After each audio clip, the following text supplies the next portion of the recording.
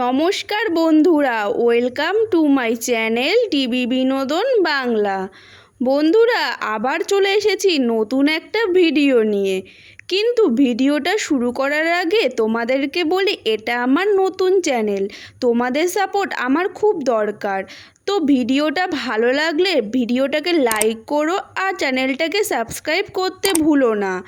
তো চলো বেশি দেরি না করে আজকের ভিডিও শুরু করা যাক।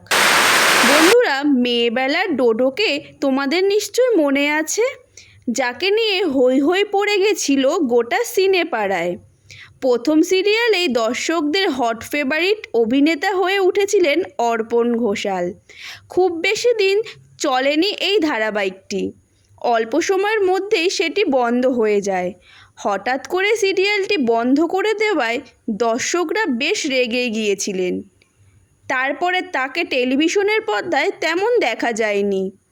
মাঝে কয়েকটি ওয়েব সিরিজ করেছেন অর্পণ, কিন্তু সিরিয়াল করেনি। তবে শোনা যাচ্ছে তিনি নাকি ফের ছোট পর্দায় ফিরতে চলেছেন। নাট্যজগতের মানুষ অর্পণ, নাটক করতেই বেশি পছন্দ করেন তিনি। মেয়েবেলা সিরিয়ালে অভিনয়ের সুবাদে বিপুল জনপ্রিয়তা পেয়েছিলেন অভিনেতা অর্পণ। অনেকেই অধীর অপেক্ষায় ছিলেন কবে নতুন কোনো সিরিয়ালে তাকে দেখা যাবে। মেয়েবেলার ধারাবাহিকে মৌ নির্ঝরের জুটি অসম্ভব জনপ্রিয়তা পেয়েছিল। তবে এই নতুন ধারাবাহিকে অর্পণের বিপরীতে কোন নায়িকা থাকবেন সেটার খবর এখনও পর্যন্ত পাওয়া যায়নি। এই ধারাবাহিকটি কালার্স বাংলায় আসছে, তবে এই সিরিয়ালটিও নাকি ছোট একটি কাহিনীর ওপর। 3 মাসের মধ্যেই নাকি এই সিরিয়ালটি শেষ হয়ে যাবে। সে যাই হোক বন্ধুরা, তোমরা এই সিরিয়ালটি দেখার জন্য কতটা এক্সাইটেড? তো আজকের মতন ভিডিওটা এই পর্যন্ত।